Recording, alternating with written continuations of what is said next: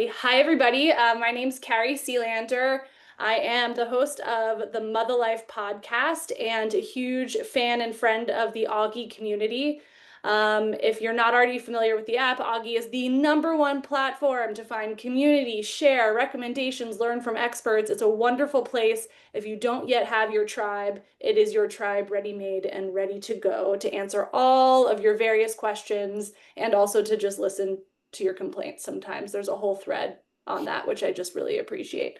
Today we are very lucky because we are joined by Lexi, and Lexi is a guru. Not only has she lived multiple professional lives, which I think is important for parenting and giving advice on all of the different aspects of what it is to be a parent in this complicated time. She's married, she's got 2 kids, and she is a trained couples therapist and a couple of different techniques and methods. And today we're going to be talking about what happens when you go from partner to parent and how to find connection again in what is a very tricky stage of life. So I am going to hand over to Lexi. Before I do, I just want everyone to remember and know that this is being recorded. That way you can watch it later, share with a friend. I'll be keeping an eye on the chat. I think we're going to save questions until the end, unless, Lexi wants to do it another way, but I think that's the Great. preference.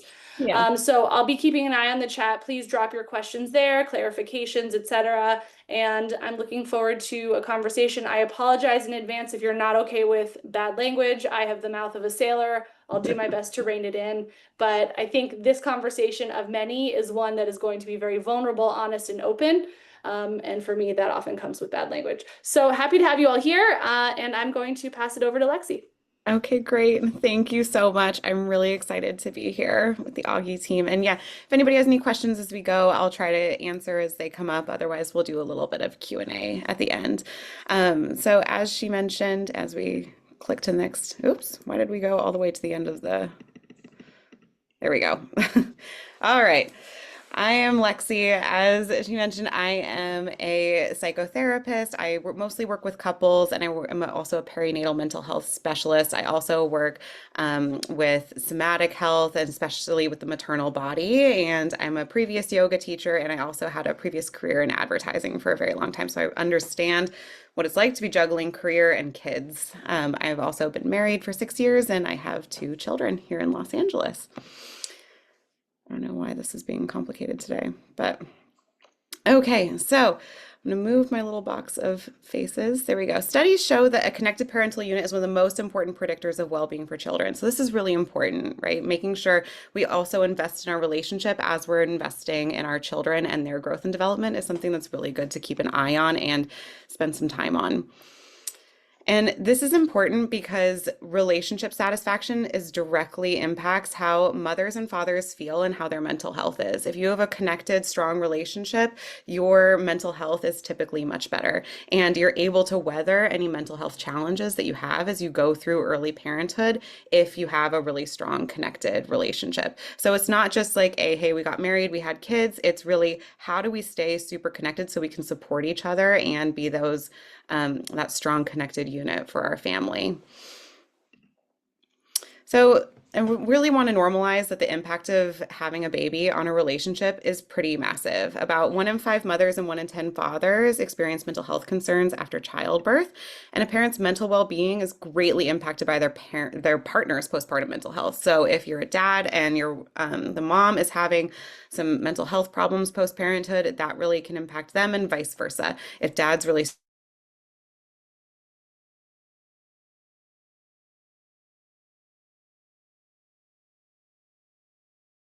to 3 years after childbirth. It is really a big bomb in the relationship to have a baby and to bring a new person into your family unit. And it really does change things. And it doesn't mean that it's all bad, but it's just a good thing to be aware of and to know that this is something that will happen.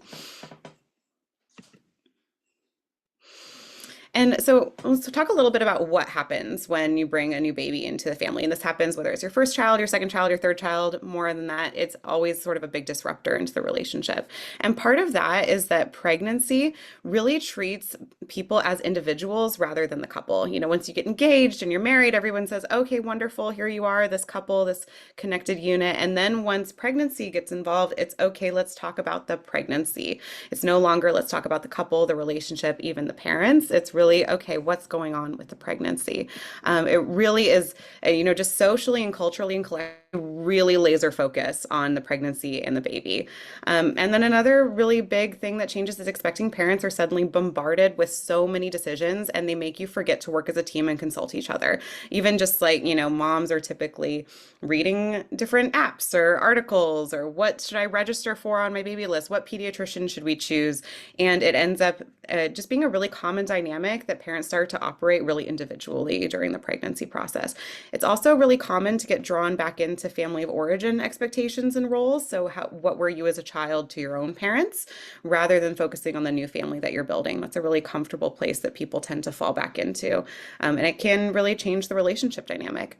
And pregnancy is often very isolating and a solitary experience versus a shared one within the partnership. The partner that is undergoing the pregnancy can feel like I'm doing this on my own. No, like my partner can't understand. They can't relate to what I'm going through. And this sort of, again, shifts away from that dynamic of we are in this together to, okay, we're separate individuals going through different experiences in this time. So a few common sources of conflict in early parenthood. One is family involvement and sort of the decision to involve family members or not to involve family members from either partner. And then feeling an unequal share of the load, feeling like I'm doing everything on my own. My partner isn't helping. They don't understand. The birthing partner often feels really misunderstood or unseen by the partner who's not going through that experience. So that can be, again, something that takes us from the collective, the partnership, to separate individuals.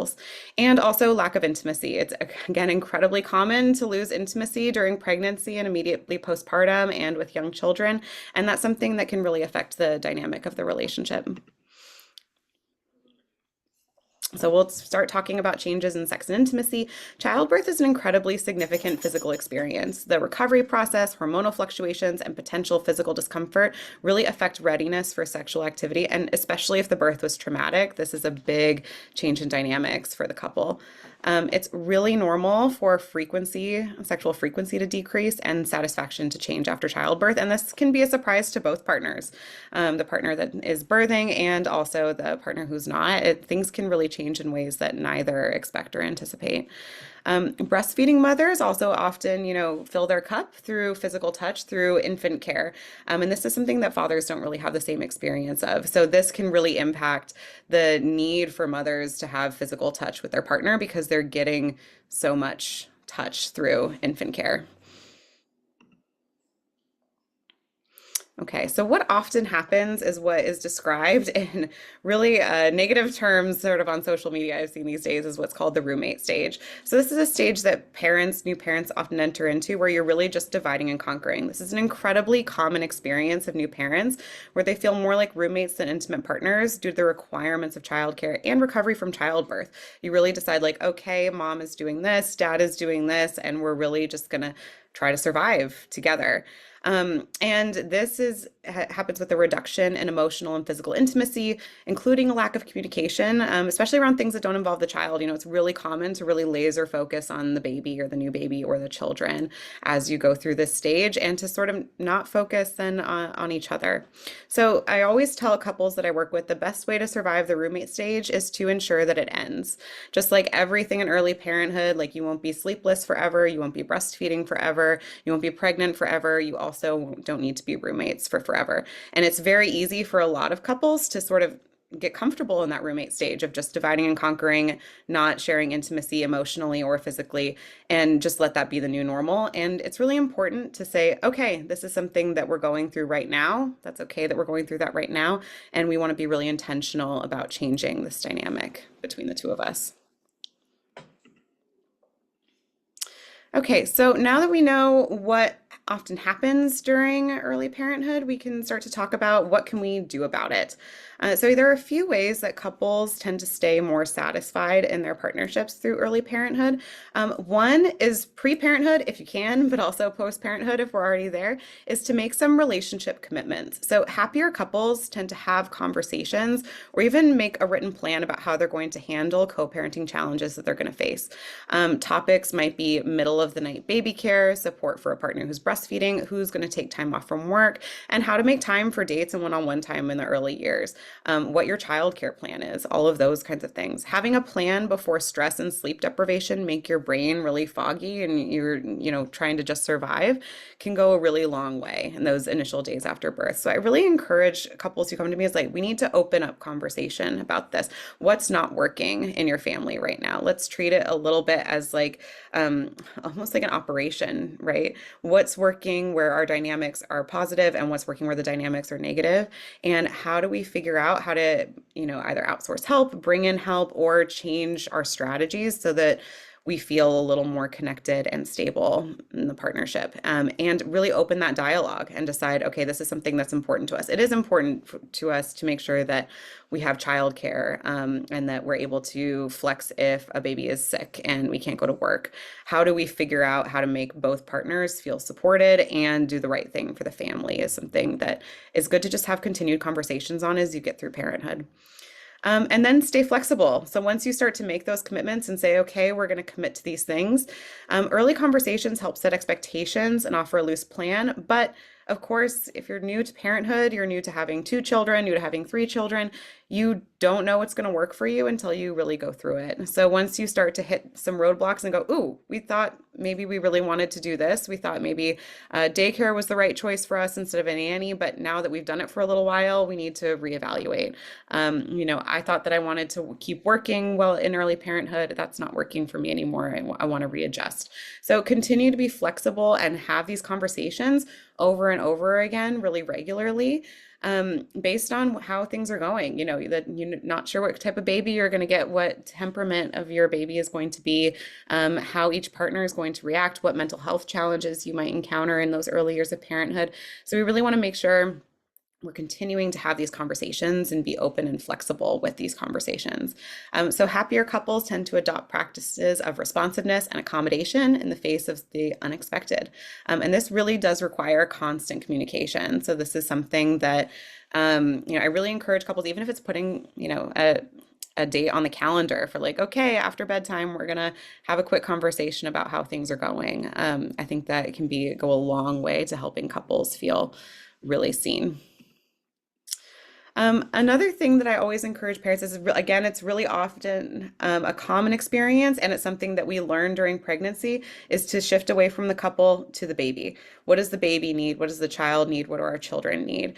And I really do encourage parents to put their partnership first. The parents, again, we know a strong connected parental unit is a really, really strong predictor of good outcomes for children. So we need to make sure that we focus on our partnership, just like we do focus on things like our children's education and what we're feeding them and all of those things. Focusing on our partnership is really important. So the partnership has to be ahead of everything, ahead of job demands, ahead of family demands, and ahead of even childcare demands. So we really need to be strong as a team so you're better able to nurture and protect your child. And I really encourage partners to also stay curious. Parenthood really throws you into a new life. You will become new, different versions of yourselves. And this means continually staying curious about your partner and their needs. Things that may have been true before parenthood may be changed now. Your partner may have been really invested in their career and that's shifted a bit once they become parents. You may have been interested in certain things sexually that now don't feel the same way and you need to readjust.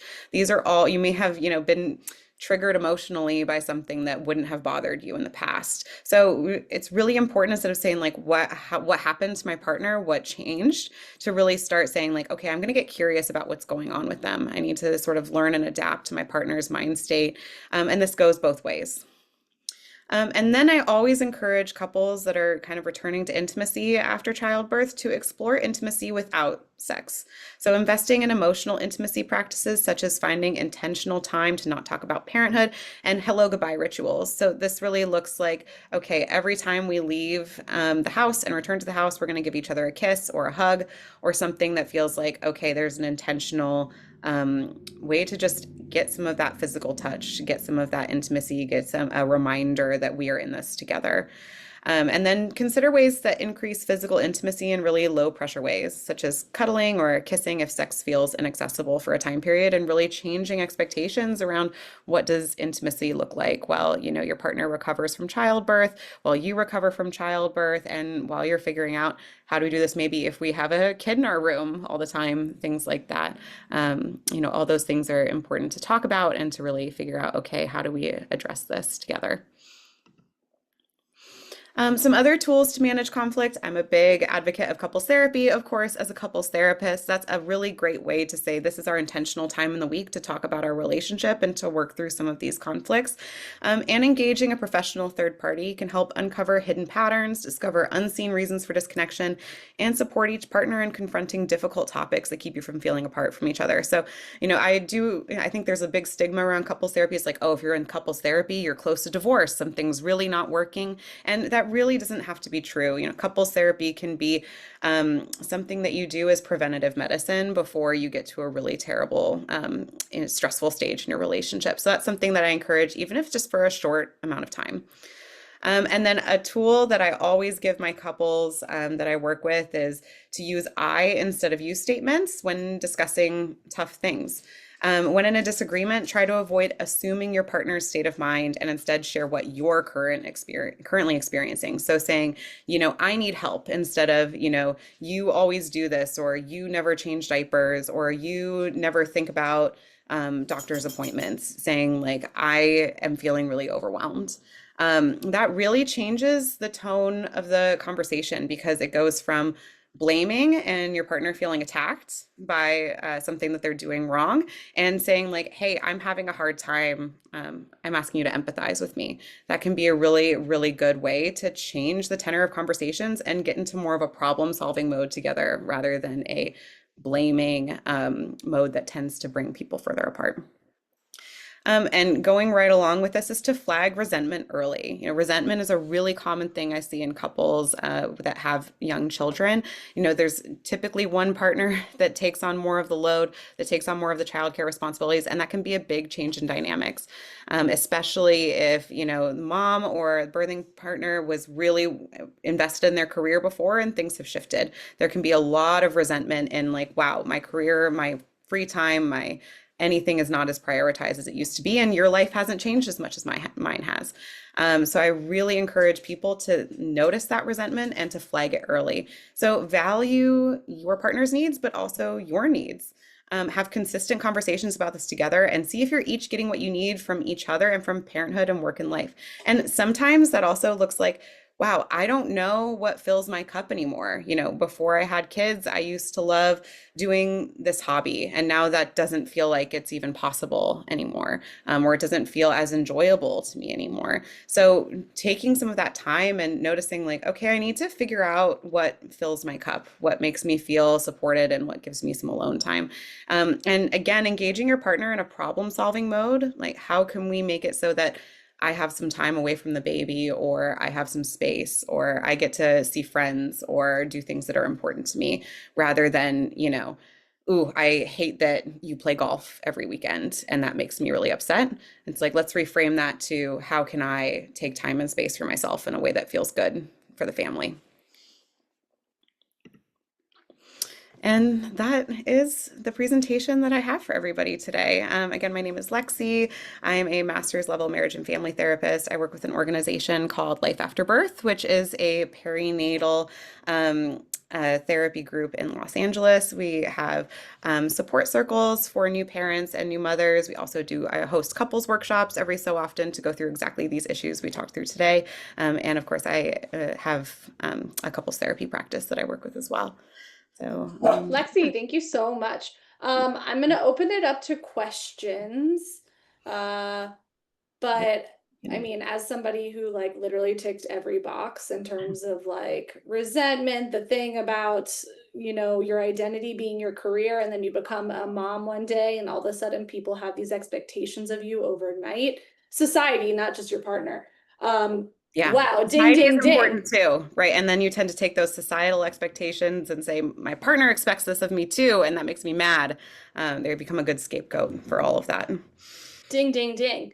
Now for you, I'm just curious because you do have kids and Yeah. you are married and you are a therapist. How easy or hard is it to take your own advice? Oh, it's hard. I mean, I'm in my own relationship with my own baggage. So yeah, Yeah. I mean, I have to take myself. I'm like, okay, I need to use an I statement. I'm feeling this. It's not about the trash not being taken out. It's not about the dishes in the sink. It's about me not feeling fulfilled. And so I do have to check myself all the time on what am I feeling? What am I experiencing? Hey, when was the last time my husband and I talked about this? When's the last time we reevaluated our childcare and our priorities? That is a it's a constant effort for me. My next question is, and guys, I'm just gonna keep asking her questions unless you jump in here. Have you seen that show Couples Therapy? Oh, yes, I love it. I devour it every time there's a new season. I feel like it's the version of The Pit for therapists. Yes, absolutely. And I mean, do you feel like when you watch that show, you're like, oh, these are just common themes across like all relationships, or like there are these like the most common, there are just these super common things that like I feel like the communication point, the I versus you, hmm the how we communicate thing becomes so much more intense when you are dealing with sleep deprivation Oh, yeah. and just like novel problems like raising a human. Yeah, sleep deprivation, I mean, is everything, really. That's something like anytime someone comes in, they're like, I have this problem. The world feels like it's ending. I'm like, how much sleep did you get last night? And if it's under 4 hours of consecutive sleep, I'm like, okay, we have a problem. That'll do it. So sleep hygiene and really like how can we figure out strategies for sleep is so important because the world feels like it's ending when I'm tired, at least, certainly. And it does really impact people mentally. And that's a reality of new parenthood. So, how do we figure out how to manage getting sleep with your partner and then not, lashing out in ways that you don't want to. But yeah, couples therapy is great. I love it because you just really see the projection that happens within relationships, right? She Yeah. does such a good job of saying, like, okay, how did you grow up? How were you raised? What beliefs do you have about relationships and about the world? And how are you putting that on your partner in a way that neither of you actually are aware of? She's so Well, good. and I think the common misconception also with couples therapy is I think people initially, myself included at some point, go into it being like, this bitch is gonna tell him how he's wrong. And Absolutely. like you're like going and being like, I'm about to be right for an hour. And like it's not the point, it's not the goal. And so like if you are that partner who's reticent to go because you don't want to just be attacked for an hour, like any good therapist isn't going to do that, right? It's all about Exactly. giving you tools to communicate, right? Oh yeah, that's such a good point. Is like really, the therapist will sometimes will say like, okay, yeah, like one partner is being a little unfair to the other, but it's never just say like, oh wow, I hear that because often the partner that initiates couples therapy will be like exactly that. They'll be like, okay, I need somebody else to come in and tell him what he's doing wrong or tell her what she's doing wrong, Yeah. and to come in and be like, ooh, okay, this is a collective problem that we want to solve together. Again, let's put our partnership at the top of this and solve this as a team rather than just, combating at us. Yeah, absolutely. Now, the other question that I had for you was about the statistic 1 in 10 men suffer from mental health challenges after having kids.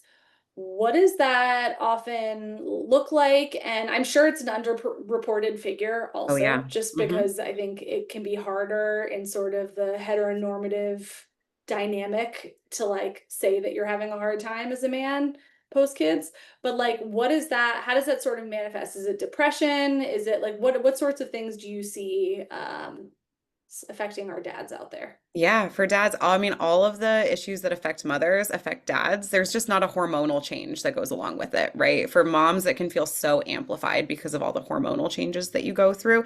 And, honestly, that's can be a little bit easier to solve because like there's other things going on rather than just your emotional state. But for dads, we don't think about what a big life change this is for them too. For moms, we think, oh, okay, yeah, your body changes, everything changes. Birth is such a transformative process. There's a new life that is on the other side of it. And, I think for men, especially for millennial dads who are much more involved with their families than their fathers were, it's, oh, wow, how did my life change too? And people don't talk about that. And I think a lot of millennial dads are also seeing, like, okay, I don't have a great role model for the type of father I want to be because my dad was less involved. He was a great dad for me. I loved him, but he wasn't involved in the same way I'm involved. And I had that. I went and lived with both my parents and my in-laws for a little bit over the summer, and neither of our fathers changed one diaper the whole entire Sure, time. And you just go, sure, sure, sure. and we were just like, okay, yeah, that was how it was. Yeah. So dads are now, they're really involved in fatherhood in a new way. They don't have great role models or like, roadmaps for it. And they're seeing a lot of anxiety and a lot of depression. And even if you tend towards some OCD tendencies or things like that, that can really get amplified in new parenthood as well. Now, like I often talk about, I feel like there's this expectation gap because this generation of moms coming up, and again, I'm talking about sort of in the heteronormative Yeah. dynamic, you have a bunch of moms who are raised by women who are probably telling them, like, you can be anything you want to be, you can do anything you want to do, you can be the CEO, you can have it all. 50-50, everything's 50-50. And then these guys are, like you said, doing more than their dads. So the Mhm. women are expecting 50-50, and then the dads are like really thrilled with themselves if they're doing 30% because Yep. maybe their dads did 15%. And then the math does not math Yes. because you have guys who think they're doing a great job because they're doing better than their dads. And then you have a moms who are saying, I was promised 50-50 by the generation that came before, and I'm fucking pissed about it. Yes. Recipe for disaster, right? Oh, yes. No, you bring up something that is such a common dynamic I see with millennial parents, especially ones where the mom has a really well-established career. Maybe she's having kids in her 30s or early 40s, and she's like, I am already a fully fledged person, and parenthood is something I'm doing in addition to this. And then there's this almost like tough reality hit of like, wow, this has changed, this what I expected, what the bill I was sold of I can do everything and feel great about myself maybe isn't true for me or true for the career that I'm in or true for the way I want to raise my children, really. And then there's a lot of resentment towards the partner for not picking up the slack that honestly society has failed women in. But there's a lot of resentment that happens in couples with that and trying to help. And you're right, because dads will feel like I'm doing so much, like I'm overwhelmed. I'm also have a job, I also have a career, and I can't do it all either. Parents are just overwhelmed and overstrapped. And there was a great statistic I saw that like parents now spend so much more time with their kids than like Yeah. our stay-at-home grandmothers did. We have Yeah. much less social support. We're much more involved in our children's lives. I think for, there's positives and negatives to that, but the reality is that there's just much less time for us and we're much more intensively parenting. And that really, if partners aren't really invested in problem solving together, that's a huge recipe for resentment. And guys, I've just taken over because everyone's being very quiet. You're So I hope asking you're great finding these questions. questions interesting as well. Now, in a worst case scenario, you see couples together. I also imagine like you see couples who like this is not good. Like this Mhm. isn't gonna work out. And like how often does that really happen? Like I'm not asking for a hard statistic, but Yeah, like what are the signs that like this really isn't something here isn't working? I know that the therapist is never going to be the person that says you should get a divorce, right. but like I imagine this is something that you also observe in your practice. Not everybody goes to couples therapy and comes out a couple. Most people probably do, but Yeah. No, most people do. I will say that. Most people do come out of couples therapy stronger and feeling like they really have a new sense of their relationship. But I do see couples that do break up, and oftentimes it's when people come in with different goals. Sometimes one partner again will come in with, okay, if the couples therapist doesn't tell me that he's a piece of shit, like I know he is, then like that's it. If he doesn't change, then I'm gone. So sometimes people come in with different agendas, right? One partner's in there, okay, I want to fix things, and the other partner says, actually, I'm out already. like they've already checked out before the Yeah, process I've has already started. decided that this is done, and sometimes I'll see something where some people will be like, okay, I'm going to couples therapy to say I tried, to like Yeah. check the box, to be like I did everything that I could, but emotionally they're not there. They're out. And sometimes couples therapy really does show that divide between people. It's like, actually, okay, you know what? At this point in our lives, we're different people with different values and different goals, and we've changed because of parenthood, because of life, because of whatever. And this isn't something that we can come back from, especially if there's betrayal, sometimes financial betrayal or infidelity or things like that. That can be really difficult for people to come back from. I've seen all of those on couples therapy, Yeah, the show. yeah. And you can Um, certainly work through it, right? But it yeah. takes a lot of emotional work and a lot of looking at, okay, my partner betrayed me, but what is going on with me? How did I abandon the relationship as well? And that's, not everybody's ready for that kind of work. Yeah. Now, what would you say if given the opportunity to somebody who comes in and they kind of already have a foot out the door and like they're sort of already checked out? Is there any way to bring that person back in the fold? Is there anything we can say to them? Yeah, I mean, often when I start with a new couple, I have a first session with both of them, and then I have an individual session with each partner. And that's where I can really suss out, like, okay, how committed is everybody to this relationship? And then I will just be really clear. You know, some people have this fantasy of like, well, I'll just leave and my life will be better. So I'll look through and say, like, okay, what does that look like? You know, where will you go? How will your life be different? How will it change? And sometimes people do that exercise and they go, "Oh my gosh, wow, I really need to be on my own. Actually, this is what I Hmm. need, and this is what's right for me." And as a couples therapist, my client is the couple, right? So I want to join them together. But sometimes what's right for the couple is to dissolve and to come away. So really, you know, I'm not trying to convince you in one way or the other to stay or to go in your relationship. I'm trying to show you what your divide is. No, What's I keeping you get that. apart? And how can we, you know, there's ways for us to come back together. It's unique to each couple. Or, you know what, your divide is maybe so great that it's time for something new. I really like that thought experiment, that exercise of being like, okay, I want to fucking kill this guy. What does that look like? Or Yeah, girl, like, what does exactly. that actually look like? Yep, And I think sometimes that gets reduced in conversation to being like, oh, we're staying together for financial reasons. But I think often it's much more than that. much It's more. like I kind of want to wring your neck, but also like you're a great partner in some ways, and I don't want to just throw that out. And Right. Like, oh, also, once you actually, have you kids do with the somebody, you're stuck with them forever. you're stuck with them forever. Yeah. But also, but you go, okay, actually that 15% is important, you know, and that's Yeah. often a conversation I'll have with moms who are doing the 75%, right? They're like, this isn't fair. I was promised 50-50, just like you said, but they go, oh, but actually, you know, that 15% is not enough. And we should talk about that, but it's more than zero. It's more than zero. Well, okay, I've now, I think, exhausted all of my questions that I had my very own couples therapist. I got to ask all the things I've been curious about. Does anybody have any last questions for Lexi? Lexi, we're going to have her contact information. This event's going to be recorded. You'll be able to get in touch with her if you want to follow up about anything that was discussed today. It's such an important topic. And I really enjoyed being here. So, Lexi, Thank thank you. you. Thank you. Check out Auggie the app. There's a lot of people talking about a lot of different things, including couples and partners stuff on there. And this has really been wonderful for this little Tuesday. Thank you so much. I really appreciate it. It was great to talk to you. And thanks to everybody for coming and joining. I'm Thanks, here. guys. Everyone have a good day. All right. Bye. Bye.